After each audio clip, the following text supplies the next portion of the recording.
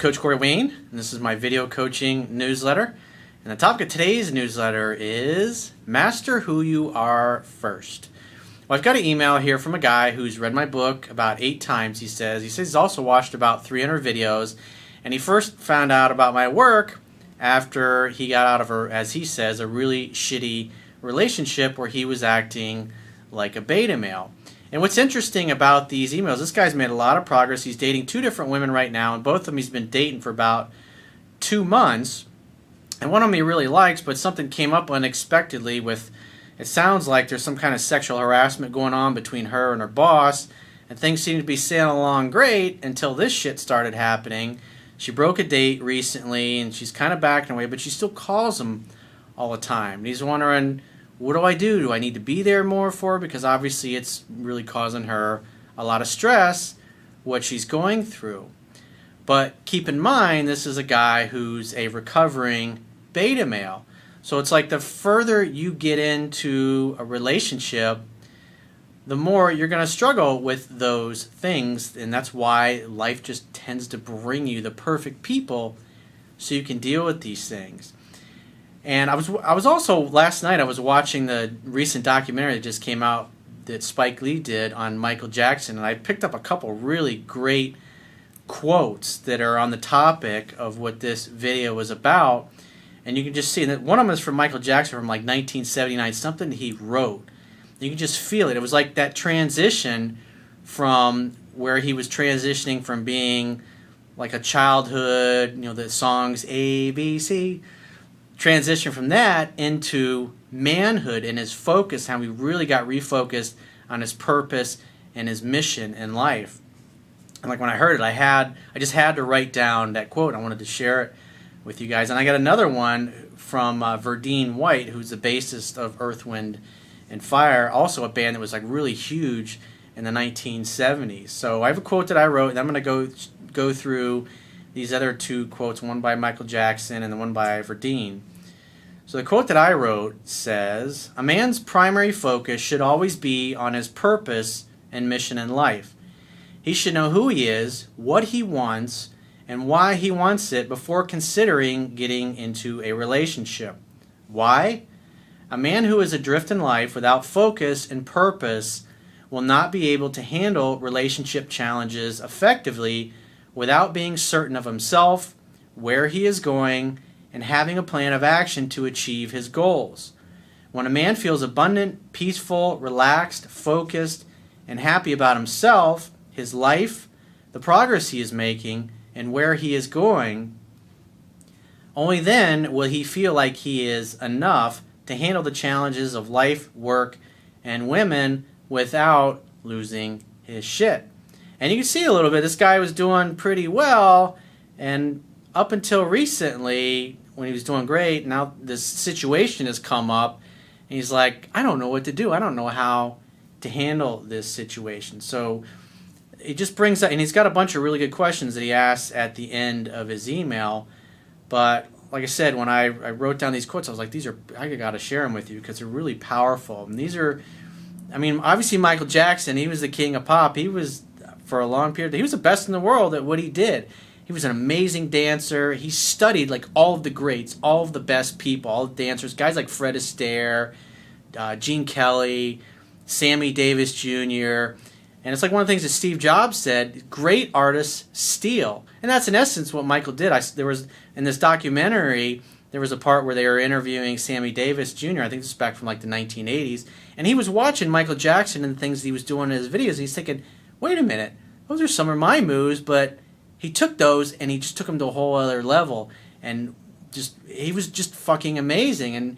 And listening to Michael Jackson's mother talk, she's like, right around the time he was 2 or 3, it was in his DNA that he was gonna be this great singer. He loved to dance, loved to sing, loved to perform. He was just absolutely obsessed and consumed by being a musician. And obviously, repetition's the mother of skill. I say it all the time. It's one of the things I learned from Tony Robbins 20 years ago.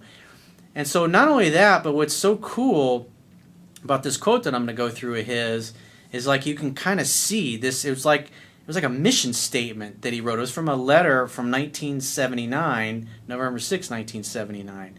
So I'm going to read this first one from Verdine White, who is a bassist for Earth, Wind, and Fire.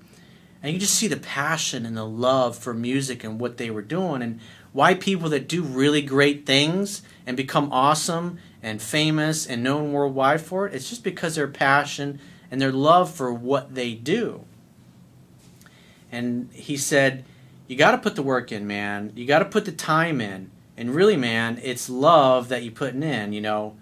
Because people that do this kind of stuff, man, we love what we do. And if you have a chance to watch that documentary, when he says that line, we love what we do. I mean, you can hear it in his voice. It's just total congruency with that passion and that love. And that's, you know, they were one of the world's most famous bands in the 1970s. They had a lot of really great hits that were on the radio all the time. It was because of that love and that passion.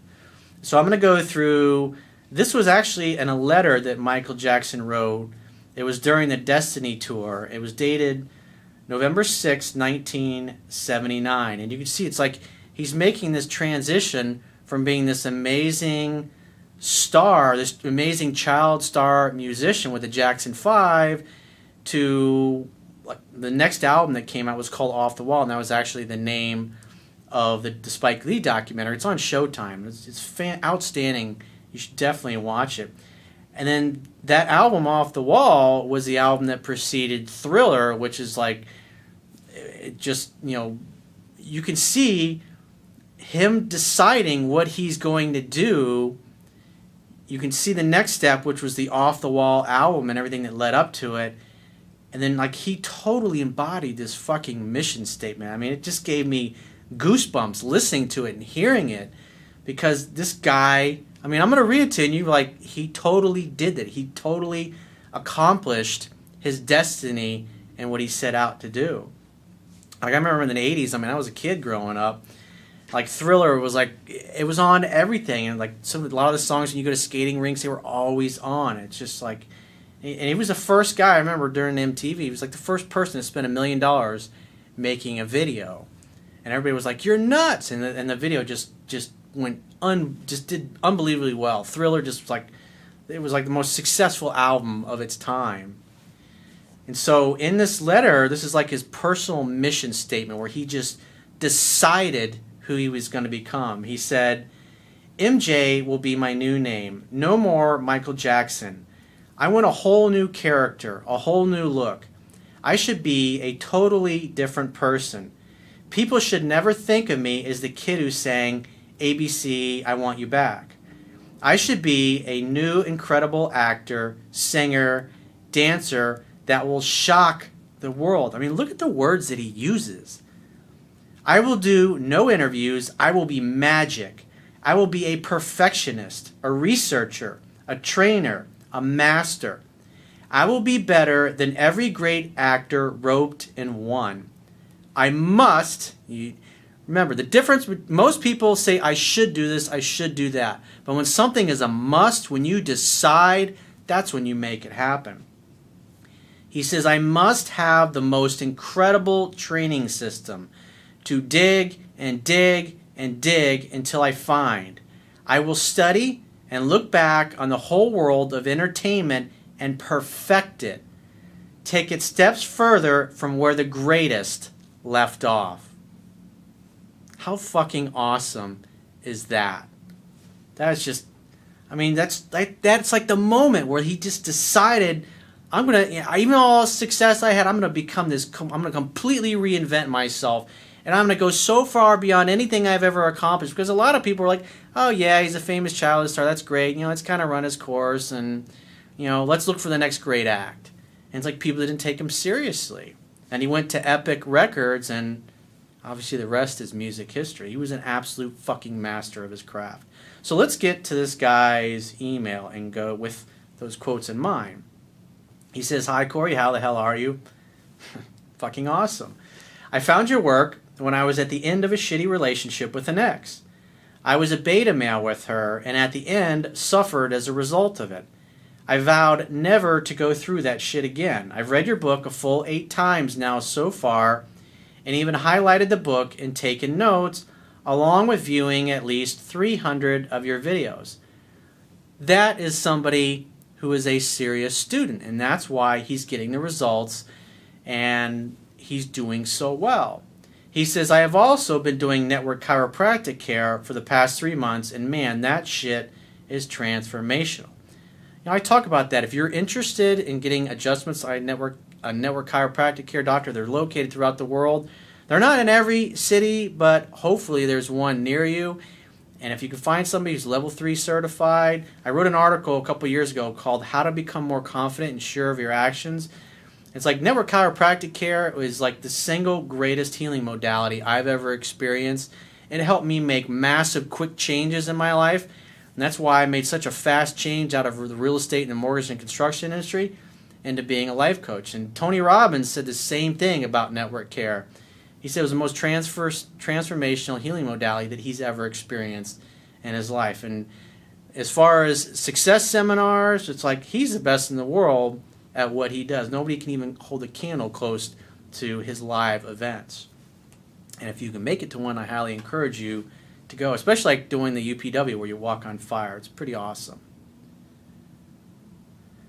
He says, I'm in my mid-30s, successful, good-looking, with an outgoing personality, and never had a problem getting a girl, but I always struggled to find the right girl for a long-term relationship, someone who is a complete package. Well, remember, I say it in my book, and I say it all the time, you have to become the person you want to attract.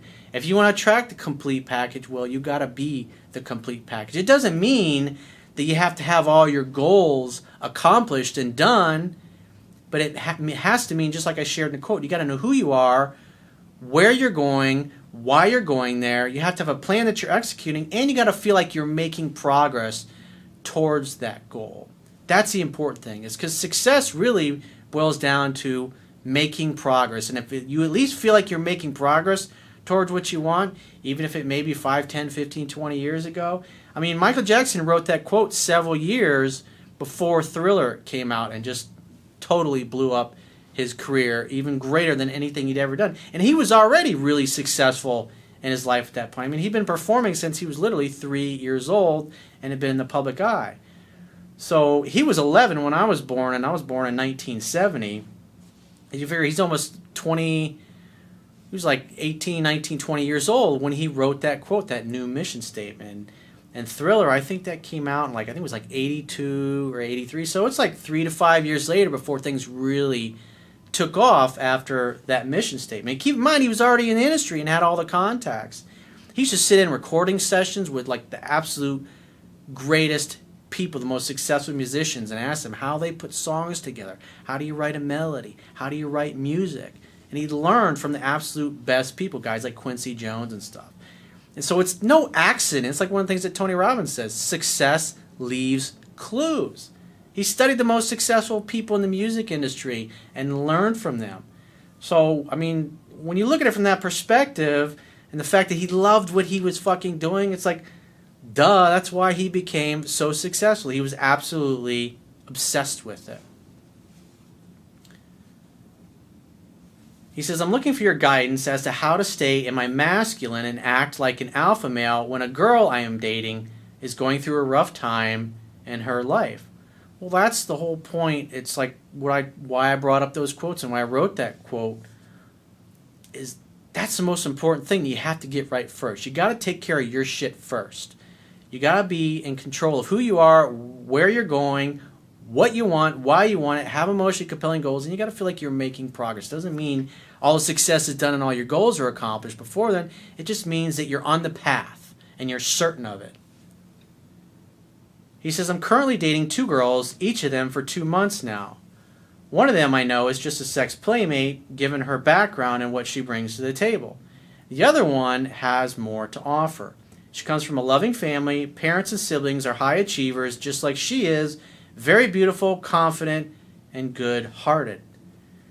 In order to hold on to a woman like that, without losing your shit, you got to have your shit together first. That's the most important thing. Otherwise, when challenges come up, it'll go sideways on you. She was very surprised with me from day one of meeting, saying all the time how I am not like other guys. I implemented everything in your book, watched her actions and reactions, gave her space and time, and of course, always implemented the 3 H's. Hang out, have fun, and hook up. Since our first date, she would reach out to me every day, always excited to see me, and always wants to see me. Well, like I teach in my book, and one of the things, because I've read through this email before, this guy is not doing, he says he's still doing 75, or he's still doing 25% of the pursuing. If your girl is texting you and calling you every day, you shouldn't be texting or calling or pursuing at all. You have to let her come to you. And what you see is he's obviously really starting to like this girl because he took the time to write this email. And so he hasn't backed off enough because he really likes her. And that's the influence of those old beta male, super nice guy over pursuing ways. She comes from a loving family.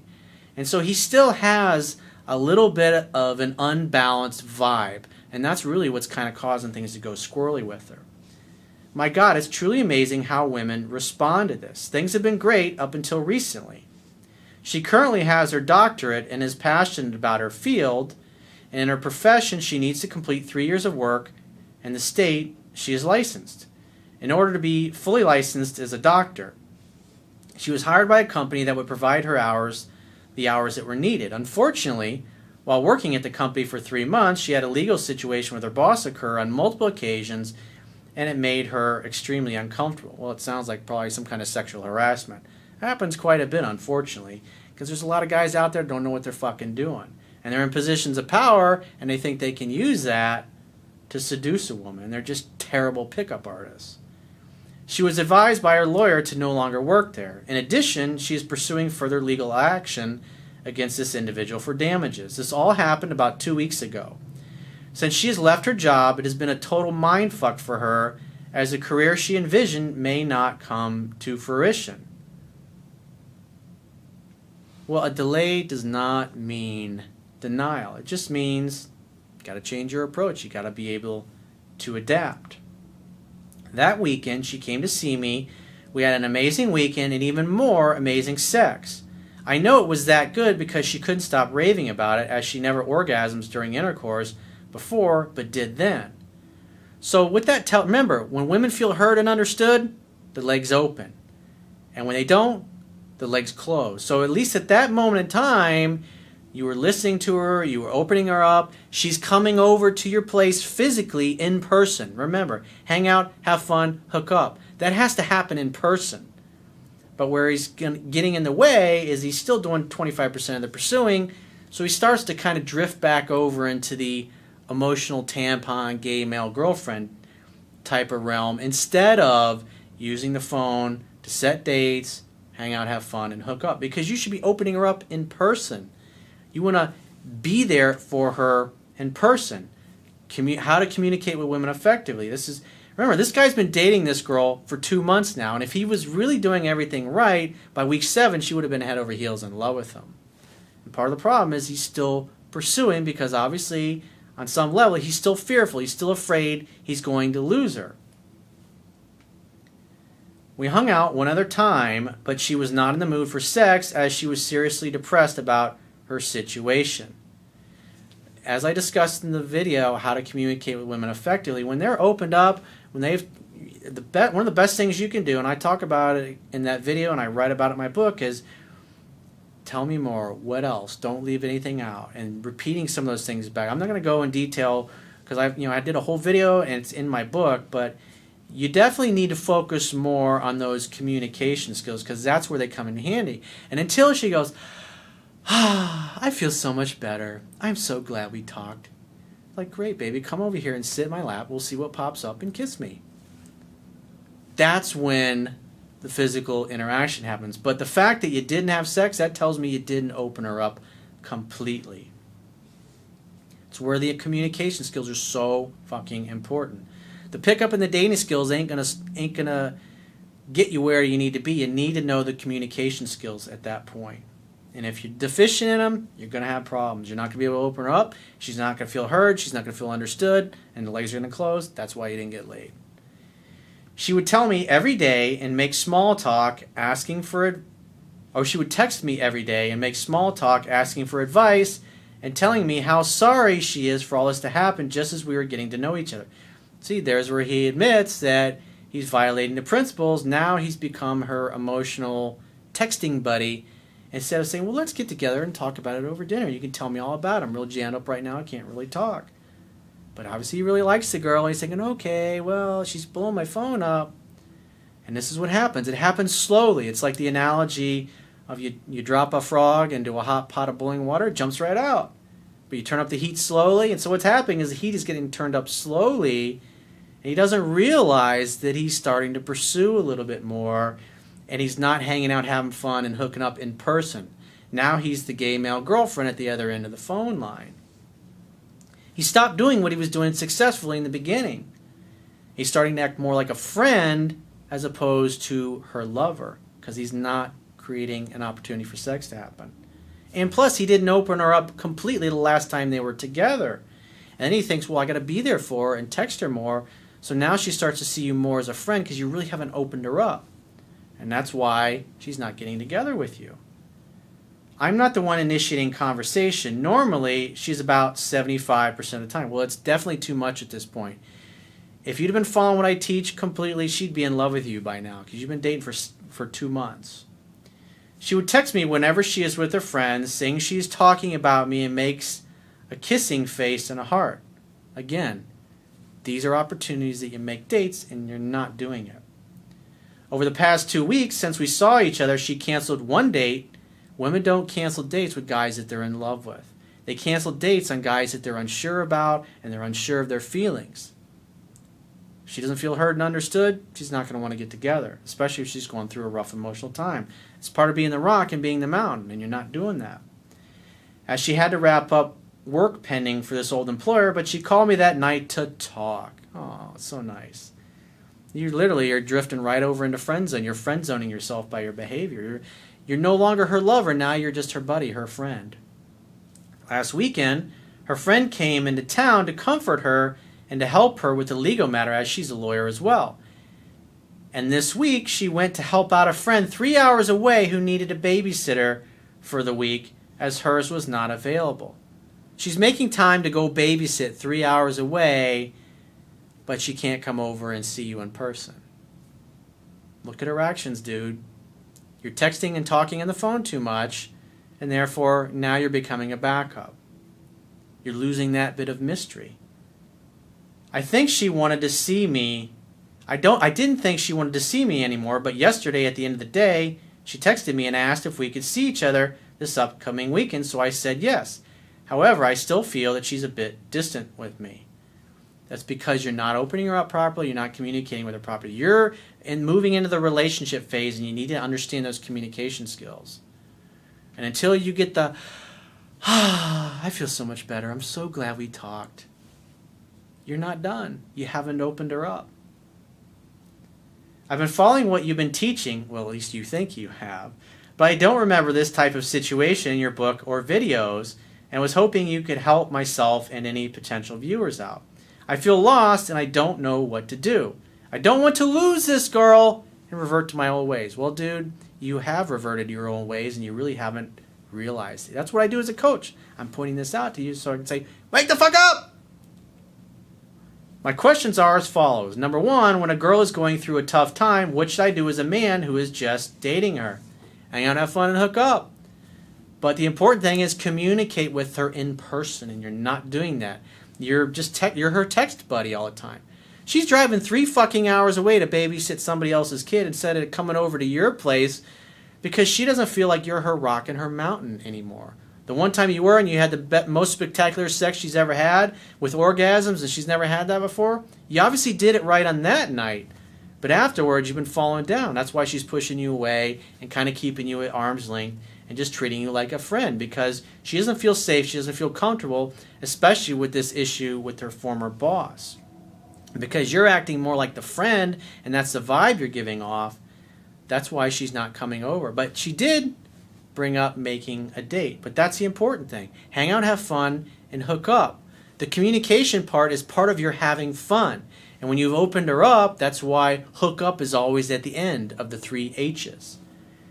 You gotta Follow the progression. It's the same thing over and over and over and over. And guys get a little bit of a success and they throw the shit out the window and they revert right back to their old ways. And that's what you're doing. And you don't even realize it. The water is starting to boil around you and you're like, hey, there's bubbles in this. Blah, blah, blah, blah. And like you're boiling to death, dude. You don't even realize it. Number 3, is it cold or callous of me not to check in and send a, hey, how are you text? She's not your girlfriend, dude. And you don't do things like that for women who are blowing you off, blowing off your dates, instead of rescheduling and driving 3 hours away to babysit somebody else's kid. So she's going where she feels safe and comfortable, and she's obviously sounds like her girlfriends are, in essence, taking your place. And you're just kind of becoming the friend that she's kind of casually seeing every now and then. Would a girl in this situation end things with me if she feels that her life is going upside down? Only if you continue to act like you are, which is the beta male, nice guy, friend, emotional tampon. But the good news is you have a date set up. Why is she acting a bit distant with me even though I am not pursuing her? Well, you said yourself in your email that 25% of the time you're pursuing her. And on top of that, the fact that you admit that you're texting and talking on the phone a lot. Again, that has to happen in person. You can talk a little bit more and text a little bit more when she's in love and she's your girlfriend, but at the end of the day, it's always more effective and it's better when you do it in person. Again, you can't seduce her over the phone. You have to do it in person. And so what's happening is you're now starting to train her that you're going to be there for her. And if there's another guy in her life who's a little more masculine and knows how to do this better, she'll gravitate more towards him and spend her time with that guy and be his lover, and that's instead of being with you. Why did she not want to have sex the last time I saw her? Because she didn't feel heard and understood. You didn't communicate with her properly. Google Corey Wayne, how to communicate with women effectively, and also read the latter half of the book where I talk about all these relationship skills. Review the 10 disciplines of love. Stop pursuing her. Let her do 100% of it at this point, and you just set dates when you hear from her. Just say, I'd love to talk to you, but I can't, but let's get together in person. But you have a date set up this weekend, that's good. So be fucking busy, because you're doing the exact opposite of what you were doing in the beginning. You're being too easy, too available, too much of a nice guy, and you're in a fearful state, which you admit that you're afraid of losing her. So you're thinking, oh, I got to be there for her and talk to her on the phone. What other words of advice do you have for me? Keep reading the book. Again, I would focus on the relationship skills at this point. But the good news is you have a date set up. She's asked for it, so it's her idea. So the likelihood that she cancels that is very low. So like I said, when she comes over, hang out, have fun, hook up. Again, you have to communicate with women in person, not over the phone. Again, she's not your girlfriend yet. She hasn't asked to be exclusive. Then that's just a result of a lack of communicating properly and becoming the gay male girlfriend or the emotional tampon on the phone by texting and chit-chatting all the time. You're violating the principles. Remember, one of the cardinal rules in my book is the phone is for setting dates. But instead, you're becoming her therapist. And that's a quick way to friend zone, dude. So you better get your shit together if you want to turn this around. So if you'd like to get my help personally, go to my website, click the products tab at the top of your screen, and just follow. It'll be on the top of your page on any page of my website, and just follow whatever instructions, whether you want to book email coaching or phone coaching, and book the option that's best for you. And I will talk to you soon.